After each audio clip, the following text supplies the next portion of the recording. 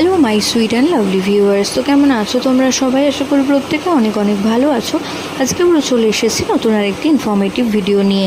তো গর্ভাবস্থায় সাইড কাটা বা নর্মাল ডেলিভারির সময় সাইড কাটা বা টিজ দেওয়া হয় কেন, এবং এটা কি কোনো ভয়ের কারণ, সে বিষয়ে আজকের আলোচনা। তো প্রাথমিকভাবে যদি গর্ভের সন্তানের ওজন যোনিপথের তুলনায় অনেক বেশি হয়, সেক্ষেত্রেই কিন্তু টিজ দেওয়া হয়। যদি একটা বাচ্চা শিশুর ওজন 2.5 কেজির কাছাকাছি হয়, তো সেক্ষেত্রে কিন্তু টিজ দেওয়ার প্রয়োজন পড়ে না। নর্মাল ডেলিভারিতেই কিন্তু খুব সহজভাবেই হয়ে যায়। কিন্তু বাচ্চার ওজন যদি 3.5 কেজির ওপরে হয়, তো সেক্ষেত্রে কিন্তু একটু সমস্যা হয় নর্মাল ডেলিভারিতে, যার কারণে টিজ দেওয়া বা সাইড কাটার প্রয়োজন পড়ে।